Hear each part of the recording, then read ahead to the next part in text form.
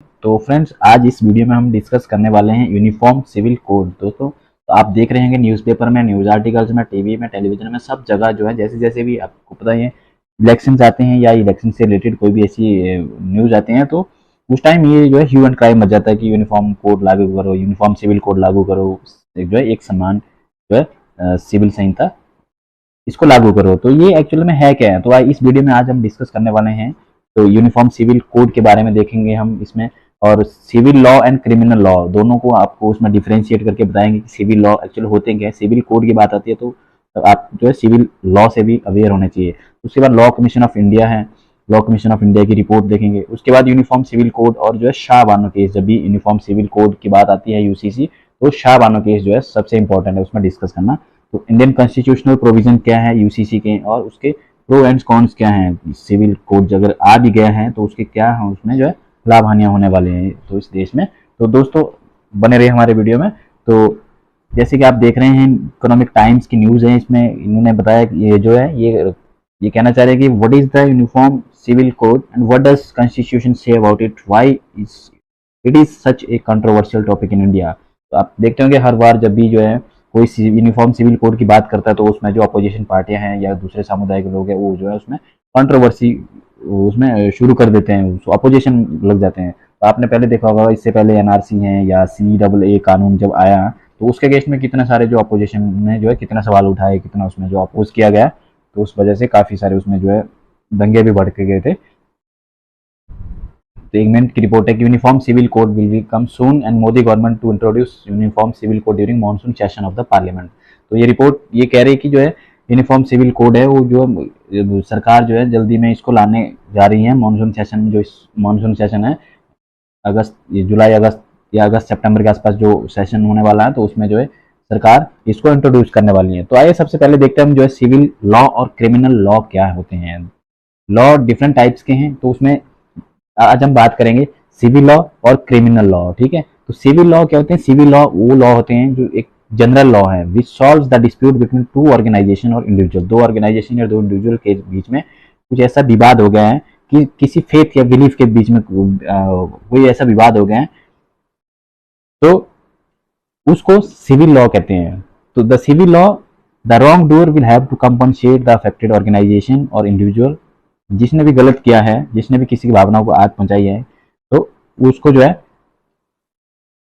दूसरी ऑर्गेनाइजेशन या दूसरे लोगों को जिसके अगेंस्ट उन्होंने किया है, जो विवाद खड़ा किया है, उसको कंपनसेशन देना होता है। तो सिविल लॉ डील्स विद क्या क्या रहता है सिविल लॉ, उसमें देखो प्रॉपर्टी है, मनी है, हाउसिंग है, डाइवोर्स है, कस्टडी ऑफ ए चाइल्ड और इवन ऑफ डाइवोर्स। अगर ये जैसे डाइवोर्स है, जब जनरली ये पर्सनल लॉ से रिलेटेड है, तो उसमें civil code of civil procedure 1908 का जो प्रोसीजर है ये सिविल कोड का, ठीक है, कोड ऑफ सिविल प्रोसीजर।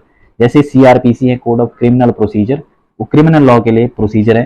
तो उस तरह से सिविल लॉ को डील करने का या जो प्रोसीजर है, प्रोसीजरल जो उसमें गाइडेंस है, वो है कोड ऑफ सिविल प्रोसीजर 1908। अगर हम क्रिमिनल लॉ की बात करें तो criminal law deals with the offences that are committed against the society. जो कुछ क्राइम्स अगर कमिट किए हैं किसी सोसाइटी के अगेंस्ट, किसी इंडिविजुअल के अगेंस्ट में, किसी पीपल के अगेंस्ट में, तो उनको क्या बोलते हैं? Criminal law. It metes out the varying degree of punishment. Criminal law में आप ध्यान रखेंगे, इसमें जो है पनिशमेंट काफी ज्यादा होती है, लाइक पनिशमेंट उसमें जेल तक भी हो सकती है उसमें, और उसमें फाइन भी हो सकता है, ठीक है, इम्प्रिजनमेंट या पनिशमेंट, इस टाइप की जो क्रिमिनल लॉ है वो डील करते हैं। Criminal law will deal with the serious crimes such as murder, rape, arson और रॉबरी या असल्ट कर दिया है। तो इस तरह के क्राइम्स हैं, ये जनरली क्रिमिनल लॉ की श्रेणी में आते हैं, सिविल लॉ और क्रिमिनल लॉ। तो uniform code in India, what are personal law? तो personal law generally civil law के अंदर ही पर्सनल लॉ आते हैं। जैसे मुसलमान, हिंदू या सिख, जैन, जो भी अलग अलग धर्मों का, अलग अलग समुदायों के लोग रहते हैं, तो उनके जो है अपने अपने जो है बिलीफ, फेथ, रिलीजन, कास्ट के बेसिस पे क्या है, उनके अपने अपने लॉज हैं, अपने अपने कानून हैं, उनको बोलते हैं पर्सनल लॉ। जैसे मुस्लिम पर्सनल लॉ बोर्ड का, मुसलमानों का अपना लॉ है, हिंदू का अपने विशेष का लॉ, जैसे मैरिज से रिलेटेड है, प्रॉपर्टी से रिलेटेड है, सक्सेशन इनहेरिटेंस से रिलेटेड है। तो ये जो है पर्सनल लॉ है, उनको पर्सनल लॉ बोला जाता है। तो Hindu and Muslim personal law derives from and is governed by the sacred books of their respective religion. ये जो पर्सनल लॉज हैं ये खासकर जो उनकी जो पवित्र बुक्स हैं जैसे कुरान है, बाइबल है, गीता है, या ये दूसरे वेद हैं, तो उनमें से ये जो उपबंध है उनमें से लिए गए हैं। Hinduism recognise the application of personal law to cases involving legal matters such as inheritance, succession, marriage, adoption, co-parenting, and son's duty to settle their father's debt। ये जो मैटर्स हैं, फैमिली प्रॉपर्टीज है, मेंटेनेंस है, guardianship है, और जो charity contribution हैं, ये जो सारे मैटर्स हैं ये पर्सनल लॉ आते हैं, और ये हिंदू के जो है पर्सनल लॉ की कैटेगरी में इनको रखा गया है। ठीक है, अगर हम इस्लाम से देखें तो Islam has personal rules that are based on the Quran. ये जो पर्सनल लॉ है वो कुरान के बेसिस पे है, and that govern the issues like preemption, guardianship, marriage, waqf board, dowry, inheritance, will, succession, legacies and marriage. ये खासकर जो शादियों से रिलेटेड है या प्रॉपर्टी से रिलेटेड है, गार्डियनशिप है, दहेज प्रथा है, इनहेरिटेंस है, उत्तराधिकारी है तो उससे रिलेटेड जो ये लॉ सारे लॉ है ये उसमें जो है पर्सनल लॉ की श्रेणी में आते हैं, और ये पर सारे लॉ सिविल लॉ है। तो आपको बता दूं कि क्रिमिनल लॉ जो है, क्रिमिनल लॉ जो है वो यूनिफॉर्म है। जो भी कोई क्राइम करता है तो उसके लिए थ्रू आउट इंडिया में, चाहे किसी भी कास्ट का, किसी भी श्रेणी का, किसी वर्ग का हो, किसी भी जाति का हो, किसी भी धर्म का हो, इवन उसके लिए already uniform implementation, uniform criminal code.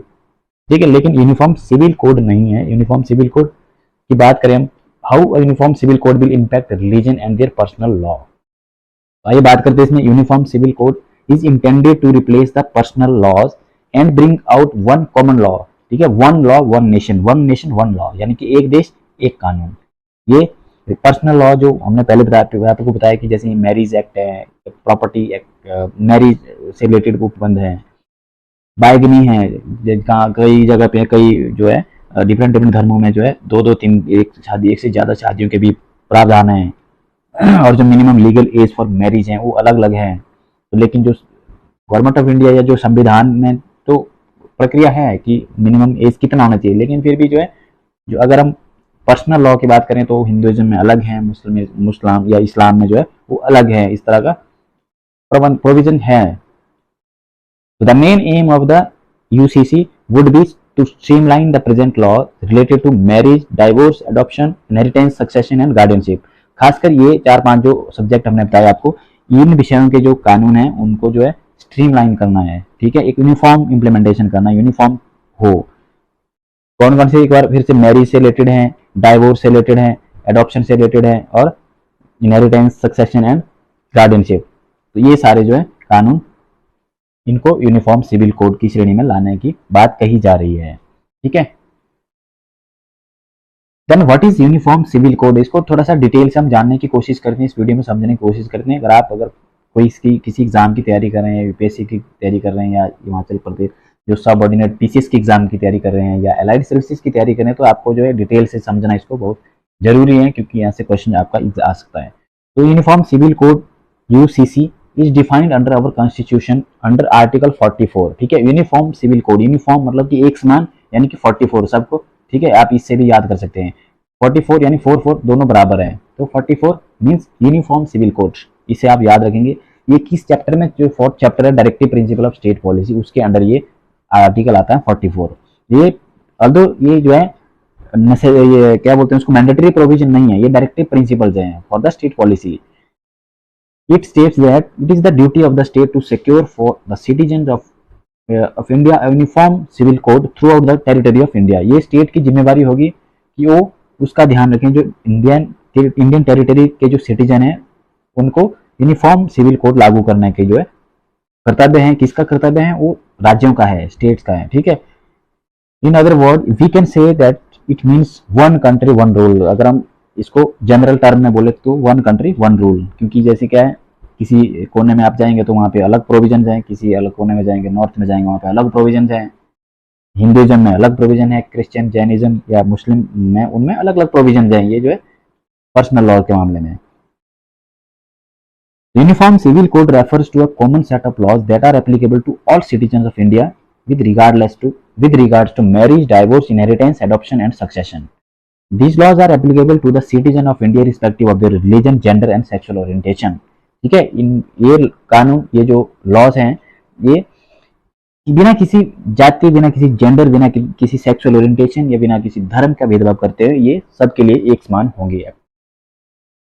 14 जून को क्या हुआ, 14 जून 2023 को recently law commission of India 22nd report, जो 22nd लॉ कमीशन है, उसने जो है पब्लिक कमेंट्स मांगे गए हैं जनता से, आमजन से जो पब्लिक कमेंट्स कॉल किए हैं, एंड रिकॉग्नाइज द जो रिकॉग्नाइज रिलीजियस ऑर्गेनाइजेशन है पब्लिक से हैं, और जो रिलीजियस ऑर्गेनाइजेशन है उनसे कमेंट्स इनवाइट किए हैं with their views and idea on the uniform civil code. Uniform civil code के मुद्दे पर जो है, इस सब्जेक्ट पर जो है उनके आइडियाज मांगे, पब्लिक कमेंट्स मांगे गए हैं। तो उससे ये माना जा रहा था कि जो है सरकार जो है इसको जल्दबाजी में लाने वाली है, क्योंकि अगर हम बीजेपी गवर्नमेंट का 2019 का मैनिफेस्टो देखें तो उसमें उनका एक प्रोविजन है, वो उन्होंने एक जो है मैनिफेस्टो में रखा हुआ था कि यूनिफॉर्म सिविल कोड को इम्प्लीमेंट करेंगे।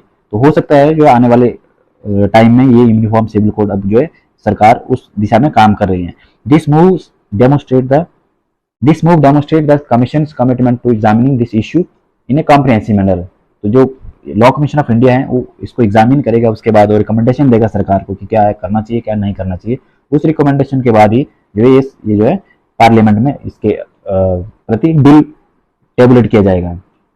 The concept of Indian uniform civil code involve the formulation and implementation of the personal law that would apply to the citizen of India. जैसे मैंने बताया आपको, irrespective of their religion, gender and sexual orientation, at present personal law are governed by the religious scriptures within the various communities. अभी तक जो है जो personal law है वो रिलीजियस स्क्रिप्चर्स हैं वो गवर्न करते हैं। The implementation of uniform civil code would harmonise the personal law. इस अगर यूनिफॉर्म सिविल कोड आ गया तो उससे होने वाला क्या है, उससे क्या है हार्मोनाइजेशन हो जाएगा, सभी एक समान कानून बन जाएगा, और जो है जो सारे नागरिक हैं उनको एक समान ट्रीट किया जाएगा। The government's intention to table a bill on this matter underscores its efforts to promote the equality and uphold the principles enshrined in the Indian Constitution। भारतीय संविधान में जो इक्वालिटी का प्रोविजन है उसको प्रमोट करने का सरकार का इसके पीछे मेन उद्देश्य है। With many religious following their own personal law which governs interpersonal relations and related issues, UCC is intended to replace these personal law and bring out one common law applicable to all। तो uniform civil code का जो मुख्य उद्देश्य है वो एक ही कानून लाना है और जो सबके लिए लागू हो। अगर हम यहाँ पे थोड़ा सा आपको बता देते हैं कि जैसे हिंदुइज्म के लिए थोड़ा सा डिटेल में बता देते हैं कि हिंदू के लिए जैसे मान लो कौन कौन सा कानून था अभी जो प्रेजेंट में है, और बाकी धर्मों मुसलमान है या जैन है, सिख हैं, उनके लिए क्या क्या ऐसे जो लॉ हैं जो जिसमें वेरिएशन हैं, जो वन कॉमन लॉ ना होते हुए अलग अलग लॉ हैं। तो देखो अगर हम हिंदू की बात करते हैं, अगर यूनिफॉर्म सिविल कोड आ भी गया तो existing law Hindu marriage act है जो हिंदूज के लिए लागू होता है, Hindu marriage act 1955, Hindu succession act 1956, यानी कि हिंदू का उत्तराधिकारी आगे कौन होगा, वुड हैव बीन अमेंडेड। तो उनको अमेंड करना पड़ेगा। जो for example section 2 of Hindu marriage act says that its provision will not apply to the scheduled tribes.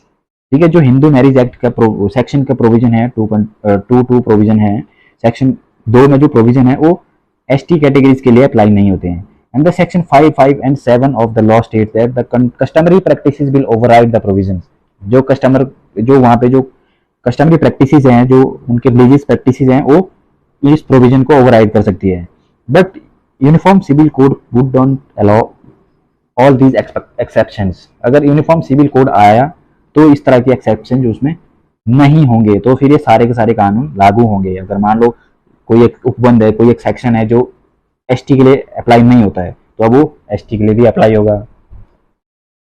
उसी तरह से अगर हम मुस्लिम की बात करें तो the Muslim personal application act, यानी कि शरीयत है जो Muslim personal law 1937 state where the Shariat और the Islamic law that will guide marriage, divorce and maintenance. Marriage, divorce और जो मेंटेनेंस है प्रोविजन है वो अभी मुस्लिम लॉ जो उनका पर्सनल लॉ है वो अभी वो प्रिवेल कर रहा है। यानी कि जो शादी है मुस्लिम में, अगर शादी है, डाइवोर्स है और मेंटेनेंस है, तो अभी तक क्या है प्रोविजन अभी वो शरीयत लॉ जो इस्लामिक लॉ है वहां से डिराइव करते हैं। If the uniform civil code comes, अगर यूनिफॉर्म सिविल कोड आ भी गया, then the minimum age of the marriage under Shariat law would be changed and polygamy would be abolished. दो चीजें उसमें चेंज होगी, क्या है, एक तो minimum age of the marriage है वो उसमें से चेंज हो जाएगा, और दूसरा वहाँ पे बहुपत्नी प्रथा है, ठीक है, वहाँ पे जो है एक से ज्यादा शादी करने का प्रोविजन है, तो वो वहाँ पे खत्म हो जाएगा। उसी तरह से अगर हम सिख की बात करें, तो marriage law that govern the Sikhs are covered by the Anand marriage act of 1909। 1909 का जो है आनंद मैरिज एक्ट है, वो मैरिज लॉ, सिखों का मैरिज लॉ गवर्न करता है। However there is no provision of divorce. देखो, ठीक है, सिख का जो कानून है, सिखों का जो कानून है, उसमें डाइवोर्स का कोई प्रोविजन ही नहीं है, प्रोविजन उसमें है ही नहीं। Sikh separations are then govern by the Hindu marriage act. But if, ठीक है, जो सिख का सेपरेशन है तो वो हिंदू मैरिज एक्ट के तहत ही गवर्न होगा। अगर यूनिफॉर्म सिविल कोड इंट्रोड्यूस हो गया इस कंडीशन में, कॉमन लॉ आ गया, तो ये सभी कम्युनिटी के लिए होगा, ठीक है, ऐसा नहीं कि फिर अब यहाँ लागू नहीं होगा। अगर हम पारसी की बात करें, इस तरह से Parsi, under Parsi marriage and divorce act of 1936, any woman who marries someone from another religion loses all its rights to Parsi rituals and customs। Parsi का जो मैरिज एंड डाइवोर्स एक्ट 1936 है, वो ये कहता है कि अगर कोई वोमेन है, कोई वो दूसरे धर्म के लोगों के साथ अगर शादी करती हैं, तो वो पारसी रिचुअल्स और कस्टम के सारे राइट्स हो वहाँ पे खो देती हैं। What if UCC comes, this provision will be abolished. अगर यूनिफॉर्म सिविल कोड आएगा तो ये प्रोविजन खत्म हो जाएगा, तो दैट मीन्स वो सारे के सारे राइट्स उसको मिलेंगे पारसी रिचुअल्स और कस्टम्स के। Parsi do not recognise the rights of adoptive daughters, ठीक है, पारसी जो कानून है उसमें एडॉप्टिव डॉटर्स का अधिकार के राइट्स को रिकॉग्नाइज नहीं करता है। While an adopted son can only perform the last rites of the father. तो इस तरह से ये प्रोविजन भी उसमें एबोलिश होने वाला है।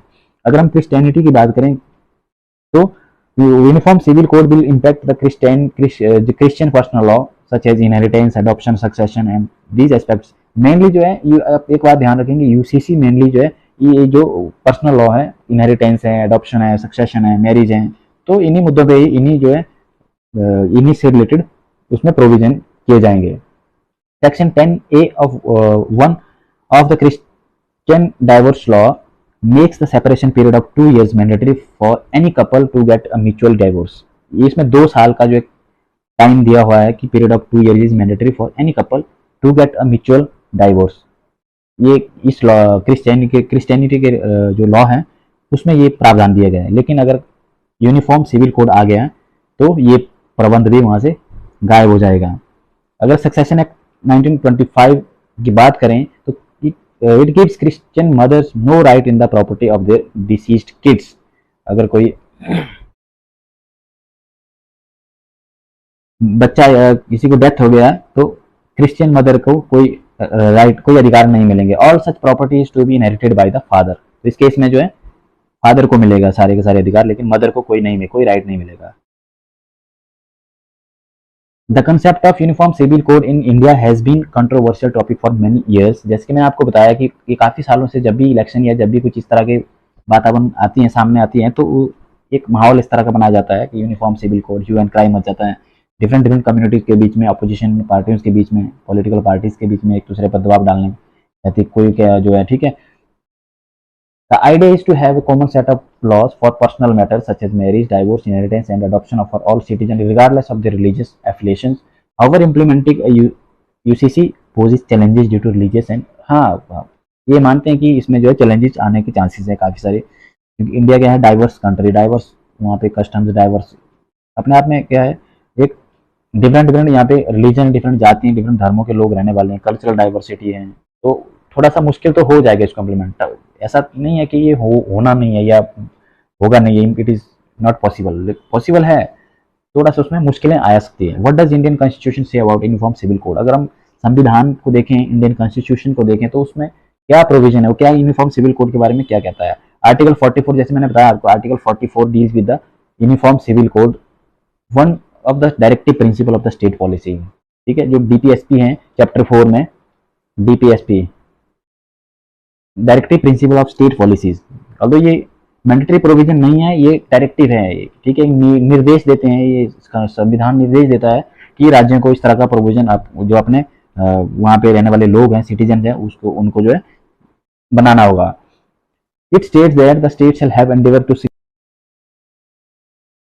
Okay, it states that the state shall endeavor to secure a uniform civil code for its citizen However, the framer of the constitution left it to the discretion of the government to implement UCC, recognizing the sensitivity and complexity of the issue. जिस time संविधान लागू हुआ, जिस time 1949 में संविधान लागू हुआ, तो उस टाइम बना तो दिया था, ये प्रोविजन डाल तो दिया था उस टाइम जब भी ये रेडी हुआ था। उस टाइम डिस्कशन में ये आया कि जो है इंडिया में क्या है, सेपरेशन हुआ है उस टाइम, जाति धर्मों के आधार पर जो बंटन हुआ 1947 में 15 अगस्त में, ठीक है। तो उस टाइम जो है उस टाइम की जो सेंसिटिविटी और कॉम्प्लेक्सिटी को देखते हुए ये उस टाइम जो लागू नहीं किया, इसको छोड़ दिया था कि ये ठीक है, आने वाले टाइम में इसको देखेंगे, सरकारों को छोड़ देते हैं कि ये इम्प्लीमेंट करेंगे या कैसे करेंगे। तो लेकिन इतना टाइम हो गया, आज़ादी के 75 साल के बाद भी ये जो है एक विषय जो है किताबों में ही रह गया, विषय जो है कॉन्स्टिट्यूशन में ही लिखा हुआ रह गया है, अभी तक इसमें कोई इम्प्लीमेंटेशन हुआ नहीं, कोई काम हुआ नहीं। Over the year, various governments have discussed and debated the implementation of UCC, recognizing the sensitivity and complexity of the issue. काफी बार इसका डिस्कशन हुआ, 1985 में फर्स्ट टाइम इसका डिस्कशन हुआ था। आपको शाह बानो केस के बारे में पता होगा, शाह बानो केस, तो अब आगे हम उसको डिस्कस करेंगे। तो over the years, various government have discussed the issue and debated this sensitive issue. Example of some of the different civil codes in India include personal law that are govern marriage, inheritance, other matters that are based on the religious texts and customs, ठीक है। The major religious communities in India, including Hindus, Muslims, Christian, Sikhs, they have their own distinct personal law. There are some of key thoughts and arguments that are presented by some of proponents and opponents of UCC. या हम आपको कुछ जो है thoughts बताएंगे, कुछ जो proponents हैं जो यूनिफॉर्म सिविल कोड के पक्ष में हैं, कुछ उसके विपक्ष में है, तो उनके क्या क्या विचार हैं, तो आपको थोड़ा सा एक हाईलाइट्स देंगे। जैसे रिलीजियस एंड कल्चरल डाइवर्सिटी, तो कुछ लोगों का कहना है कि इंडिया जो है it's known as a country for its religious and cultural diversity. Bharat जो है एक अपने रिलीजियस और कल्चरल रिच डाइवर्सिटी के लिए जाना जाता है। Its home for the multiple religion and each of which its own set of custom, tradition and personal law, जिसमें जो है सबका अपने अपने कस्टम है, अपने अपने रीति रिवाज हैं और अपने अपने पर्सनल लॉज हैं। क्रिटिक्स सेज दैट, कुछ का ये कहना है कि अगर ये आता है तो ये एक चैलेंज होगा इस डाइवर्सिटी को, जो डाइवर्सिटी है, कल्चरल डाइवर्सिटी है, रिलीजियस डाइवर्सिटी है, उसके लिए एक चैलेंज है। और ये क्या, इससे होगा क्या, it will replace the individual religious law, जो इंडिविजुअल की जो कस्टम्स हैं, रिलीजियस लॉज हैं, उनको रिप्लेस करेगा with a uniform civil code that is applicable for all citizen. कुछ क्रिटिक्स का ये कहना है कि this move could undermine the cultural fabrics of the country and impinge the upon the religious freedom of its citizen. तो जो religious freedom है, जो धार्मिक फ्रीडम है, उसको ये हाथ पहुंचाएगी और उसको कहीं ना कहीं ये खत्म करेगी। Protection of minority rights, one of the main concern raised by the opponent is that UCC is the potential impact on the minority communities. कुछ का ये कहना है कि जो अगर यूनिफॉर्म सिविल कोड आता है तो it will potential impact on the minority community, जो माइनर कम्युनिटीज हैं उसको ये डायरेक्ट जो इम्पैक्ट करेगा। Personal law are deeply interviewed with the religious identity and practices of this community. अगर उनका ये कहना है कि अगर यूनिफॉर्म सिविल कोड इम्पोज किए तो ये यूनिक राइट्स हैं जो और प्रोटेक्शंस हैं माइनॉरिटी ग्रुप्स को जो मिले हैं, और जो उनकी कल्चरल ऑटोनॉमी है उसको इरोड कर सकते हैं, उसको डाइल्यूट कर सकते हैं। Protecting minority rights and preserving their distinct practices is considered crucial in the pluralistic societies like India. अगर जेंडर इक्वालिटी और वुमेन राइट्स की बात करें तो कुछ का ये कहना है कि अगर यूसीसी जो यूनिफॉर्म सिविल कोड इंप्लीमेंट किए तो it will promote the gender equality and women's right by eliminating the discriminatory practices that are present in various religious personal law. एक तो ये सुझाव अच्छा है कि जेंडर इक्वालिटी को प्रमोट करेगा, वुमेन्स के राइट को प्रमोट करेगा, वुमेन्स के राइट जो एलिमिनेशन डिस्क्रिमिनेशन वहाँ पे होता है उसको एलिमिनेट करेगा। डिस्क्रिमिनेटरी प्रैक्टिसेस है वुमेन मेल फीमेल के बीच में, उनको ये एलिमिनेट करेगा, ठीक है। और कुछ का ये कहना है कि it would ensure equal rights in the matter such as marriage, divorce, inheritance and maintenance, जो दोनों को जो है बराबर राइट्स देगा। ओवर सम ऑफ ओपोनेंट्स, कुछ का ये कहना है कि gender justice can be achieve with in the framework of existing personal law. कुछ का ये कहना है कि अगर जो एग्जिस्टिंग पर्सनल लॉ का फ्रेमवर्क है उसी के अगेंस्ट, उसी के तहत ही जो है जेंडर जस्टिस अचीव की जा सकती है, इक्वालिटी। लेकिन uniform civil code would inadvertently infringe upon the women's right protected under the specific religious। तो ये women's के राइट को इनफ्रिंज करेगा। ये कुछ के लोगों के जो क्रिटिक्स हैं, कुछ लोगों के ये विचारधारा है। अगर हम नेशनल इंटीग्रेशन की बात करें तो कुछ लोगों का ये कहना है कि uniform civil code would foster national integration, जो है ये जो है नेशनल इंटीग्रेशन में एक सक्सीड होगा bye promoting a sense of unity among diverse religious communities and strengthening the secular fabrics of the country. While कुछ लोगों का ये कहना है कि अगर यूनिफॉर्म सिविल कोड आ भी गया है तो ये बहुत ही कॉम्प्लेक्स विषय है एंड सेंसिटिव है। अगर इस तरह का आ गया तो it will give diversity of religious belief and custom in India.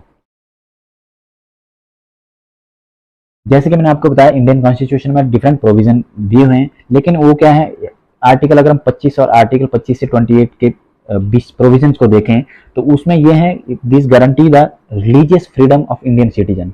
Article 25 से लेकर आर्टिकल 28 तक रिलीजियस फ्रीडम है, यानी कि धार्मिक स्वतंत्रता का अधिकार है। ठीक है, ये उसमें राइट दिया हुआ है। And permit religious organization to conduct their own affairs. अगर इस केस में आर्टिकल 44 हम देखेंगे, आर्टिकल 44 कहता है कि constitution Indian state to apply directive principle and common law for all Indian citizen. तो एक तरफ तो है आर्टिकल 25 टू 28 जो है वो रिलीजियस फ्रीडम का अधिकार देता है कि आप अपने तरीके से किसी भी धर्म को किसी भी तरीके से मनाने को, किसी भी रीति रिवाज है, कोई भी है, इंडियन सिटीजन है, कोई भी रिलीजियस ऑर्गेनाइजेशन है, वो अपने तरीके से मना सकते हैं, अपना सकती हैं।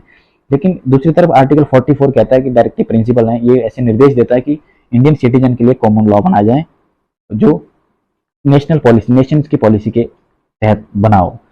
तो ड्यू टू इस फैक्ट को देखते हुए इस तरह से एक due to this fact that uniform civil code in India does not make a distinction based on the gender and sexual orientation, this drought also inspires hope for the LGBTQIA population in India।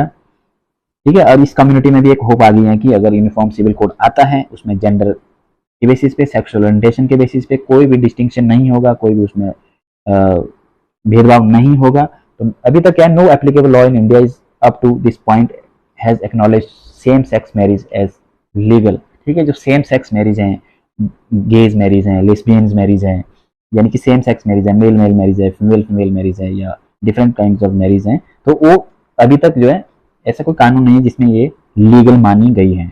तो क्या uniform civil code आने से क्या ये same sex marriage legal होगा? आपका क्या opinion है, आप जो है कमेंट बॉक्स में बता सकते हैं। तो हम आपको बता रहे हैं कि यूनिफॉर्म सिविल कोड जो 22nd law commission of India है वो उन्होंने डिसाइड किया है to again solicit the views and ideas of the public at large and recognized organization, जो रिलीजियस ऑर्गेनाइजेशन है उनसे कमेंट्स मांगे गए हैं for uniform civil code. Those who are interested and उन्होंने जो कब दिया था, ये 14 जून को, जैसे मैंने आपको बताया कि 14 जून को ये जो है कमेंट्स मांगे गए हैं। 30 दिन का टाइम है, आप भी अपने विचार रख सकते हैं, आप भी अपने जो है कमेंट्स दे सकते हैं। पब्लिक ऑफ इंडिया से मांगा गया है कमेंट्स, किसने, लॉ कमीशन है। तो इसके बारे में आपका क्या कहना है, आप भी जो है comments ministry of law commission of India को सबमिट कर सकते हैं। ठीक है, तो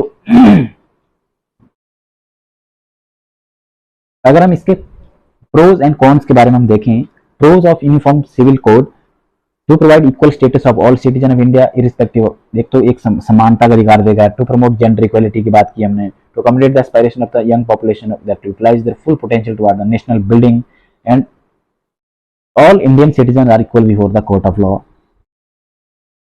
ठीक है, अगर हम इसके कॉन्स देखें, due to diversity in India somewhere it's tough to come up with the common and uniform set of rules, but our government is trying to come up with the common rules। एक तो थोड़ा सा diversity को देखते हैं, India की diversity, complex diversity, एक ठीक है, अलग अलग नेचर, अलग अलग कल्चर, अलग अलग रीति रिवाज, अलग अलग धर्म है, तो वो थोड़ा सा मुश्किल होगा, मुश्किल तो पैदा होगी।